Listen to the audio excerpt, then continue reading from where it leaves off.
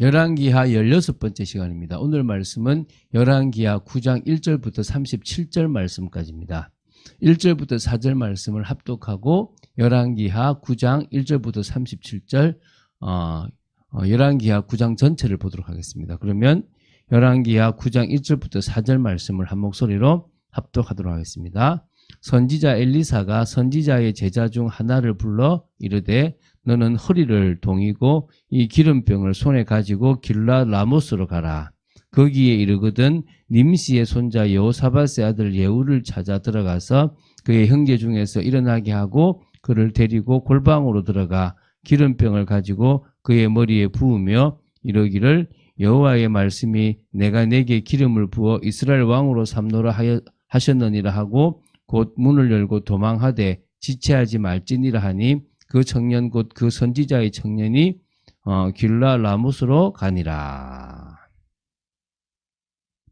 자, 열왕기하 9장 10장은 북이스라엘 왕국에서 예후라는 사람이 반란을 일으키고 또 북이스라엘을 통치하는 왕이 된 그런 내용들입니다. 그러면서 하나님의 언약, 다시 말하면 아합 오므리 가문을 향한 하나님의 그 말씀을 성취하는, 그래서 아합 가문을 심판하는 도구로 사용되었다는 부분들입니다.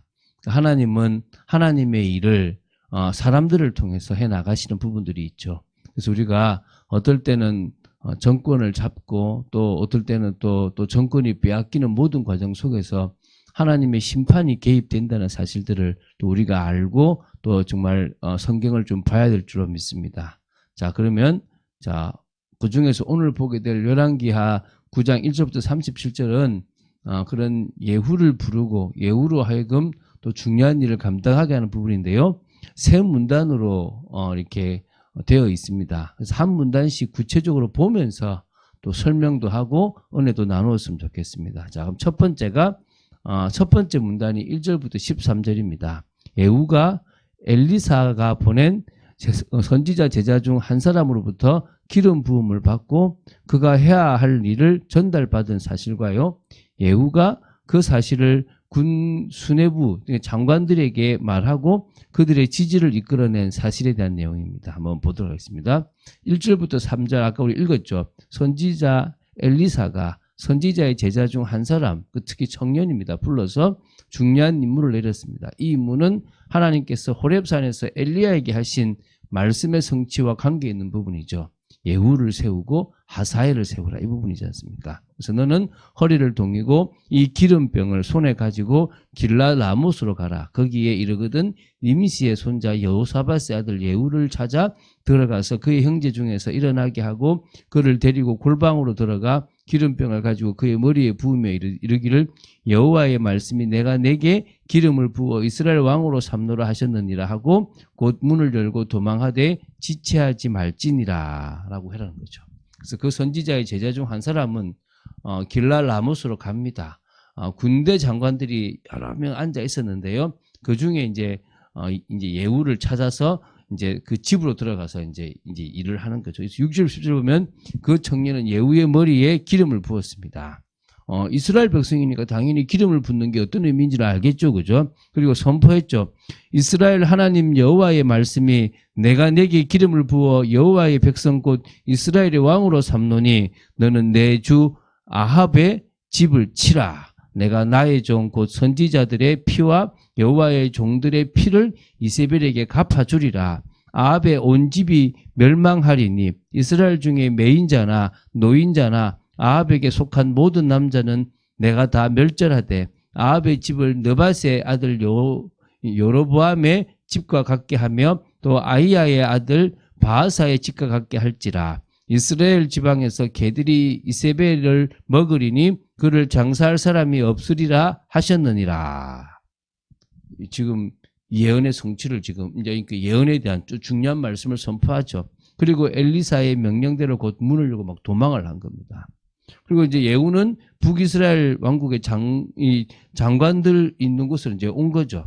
그 중에 한 사람이 그 미친 자가 무슨 까닭으로 왔냐고 이제 묻고 이제 그런 중에 이제 알린 겁니다. 여호와의 말씀이 내가 내게 기름을 부어 이스라엘 왕으로 삼는다 하셨다 하더라라고 하니까 무리들이 각각 자기 옷을 급히 가져다가 섬돌 곧 예후의 밑에 깔고 나팔을 불어 이제 선포를 한 겁니다. 예후는 왕이다라고 선포한 거예요. 그래서 이렇게 예후가 북이스라엘 왕국의 왕이 되었습니다. 근데 아직 왕이 있잖아요. 그럼 이제 왕을 없애야 되잖아요. 그래서 이제 두 번째 문단이 14절부터 29절입니다. 북이스라엘 왕국의 장관들의 지지를 얻어 왕이 된 예후는 마침내 병거를 타고 지금 현재 왕이 있는 이스라엘로 가서 부상당해서 몸을 치료받고 있었던 요람 왕과 요람 왕을 보러 왔던 유다 왕 아시아까지 죽이게 되므로 반역이 성공하는 그런 부분이고, 그리고 하나님의 그 심판을 하는 부분이 있는 거죠. 그래서 이스라엘 성의 파수꾼으로부터 이제 보고를 받았어요, 요람이. 왜 보고를 받았냐 그러면 지금 요람이 뭘 타고 옵니까? 지금 병거를 타고 지금 오고 있거든요. 그러니까 이제 이 예후의 무리가 지금 막 오고 있는 것을 이제 이렇게 보고한 겁니다. 그러니까 요람은 사람을 보내서 맞이하러 보냈는데 평안이냐라고 물었는데, 그러니까 예후가 네가 무슨 상관이냐, 내 들어와라 하니까 들어가 버리고, 또 한 명 더 또 사람을 보냈는데 그 사람도 이 예후 편이 돼 버린 겁니다. 그러니까 이제 무슨 일인지 모르니까 요람이 직접 병거를 가지고 이제 온 겁니다. 와서 보니까 이게 뭡니까? 반역이었던 겁니다. 결국 그때 그 자리에 아하시아 왕도 같이 갔거든요. 그러니까 이러니까 이게 이제 처음에는 모르고 갔는데 마침 그 만난 곳이 나봇의 포도원인 겁니다. 이게 바로 하나님의 말씀이 성취될 장소인 거죠. 그 나봇의 포도원을 빼앗았잖아요, 아합이. 그곳에서 지금 이제 살해를 당한 겁니다. 그래서 25절에 보면 예후가 자신의 장관 그 빛깔에게 명령을 내립니다. 이제 그 시체를 가져다가 이스라엘 사람 나봇의 밭에 던지라. 내가 기억하려니와 이전에 너와 내가 함께 타고 그의 아버지 아합을 쫓았을 때에 여호와께서 이같이 그의 일을 예언하셨느니라. 그래서 지금 이제 요람을 죽이고 그 시체를 지금 이제 바로 나봇의 그 포도원에 던지라는 겁니다. 여호와께서 말씀하시기를 내가 어제 나봇의 피와 그의 아들들의 피를 분명히 보았노라. 여호와께서 또 말씀하시기를 이 토지에서 내게 갚으리라 하셨으니 그런즉 여호와의 말씀대로 그의 시체를 가져다가 이 밭에 던질지어다. 던진 거죠. 이때 이것을 지켜보았던 유다의 왕 아시아가 정원의 정작길로 도망한 겁니다. 그걸 예후가 보고요, 쫓아가서 죽이게 됩니다. 그래서 무기토까지 도망을 가는데 거기서 죽은 겁니다. 그래서 신복들이 아시아를 병거에 싣고 예루살렘으로 가서 다윗의 성 그의 묘실에 장사를 하게 된 거예요. 그래서 또 아시아도 어찌 보면요, 하나님의 사람이 진짜 악한 불신자와 같이 있으면요, 같이 죽는 겁니다. 그래서 우리가 왜 세상 속에 있지 말고 악 속에 있지 말라고 하니까 근묵자 흙이라고, 묵을 가까이 하면 내가 몸이요 그 흙에 묻어서, 그러니까 그 묵에 묻게 되는 거예요. 그러니까 뭐요? 가까이 하지 말라는 거예요. 결국 그 피해를 당하게 되는 거예요. 그래서 이렇게 오므리 왕조는 북이스라엘의 최대의 번성기를 이끌었던 왕조입니다. 그러나 그러한 오므리 왕조는 군사적으로나 경제적으로는 북이스라엘 번성케 하였지만요, 종교적으로는 북이스라엘을 가장 타락하게 만든 왕조였습니다. 그래서 오므리 왕조는 그 시조인 오므리가 북이스라엘에서 우상숭배를 법제화했고요, 그의 아들 아합은 북이스라엘의 바알 숭배를 공식적으로 도입했고요. 그래서 하나님 앞에서 심각한 죄악을 저질렀습니다.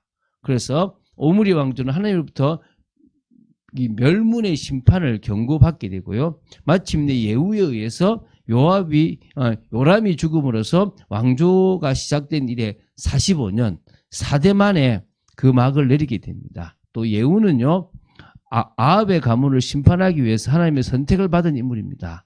그런데 그는 요람을 방문하였던 남유다의 아시아마저도 처단하게 됐거든요. 그래서 이제 나중에 보면 이 열왕기하 10장에 보면 아시아의 42명의 형제까지도 죽이게 됩니다. 이게 이제 아합과 관계되어 있는 가문으로 분류됨으로 말미암아 또 죽이게 되는 그래서 그런 부분도 또 참 안타까운 부분도 있습니다. 어쨌든 그건 다음에 또 좀 이따 보도록 하겠습니다.